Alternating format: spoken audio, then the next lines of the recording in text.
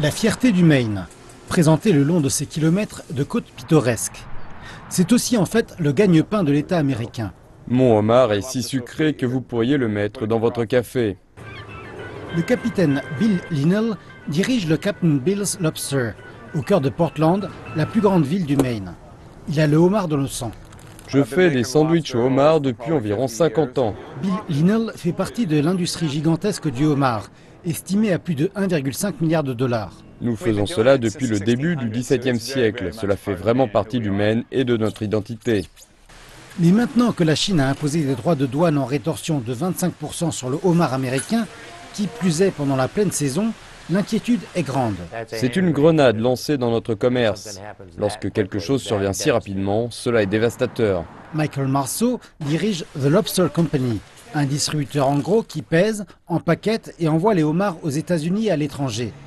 Il s'inquiète de ce que les droits de douane puissent le forcer à réduire la taille de son entreprise. La plupart de nos employés sont avec nous depuis longtemps. Nous ne voulons pas les renvoyer. Plus de 2000 tonnes de homards par an sont traitées par cette compagnie, dont environ la moitié est exportée en Chine. Nous livrons Shanghai, Shenzhen, Beijing, Hong Kong. Il y a 12 ans, nous exportions de 3 à 400 000 livres par an. À présent, ils en prennent 6 ou 7 millions. Il y a 5 ans, nous ne faisions rien avec la Chine, mais l'année dernière, nous avons exporté entre 15 et 20 millions de livres. Matt Jacobson est le directeur exécutif du Maine Lobster Marketing Collaborative. Il pense que le homard est populaire en Chine parce qu'il est très frais, tiré des eaux claires et froides avec des standards stricts de durabilité. La Chine apprécie particulièrement cette histoire parce qu'ils ont connu tant de problèmes de sécurité alimentaire. Et nous avons un homard ici, très beau. Le capitaine Dave Laliberté est l'un des 4800 pêcheurs de homards. J'aime l'inconnu de ce qui se trame dans le piège.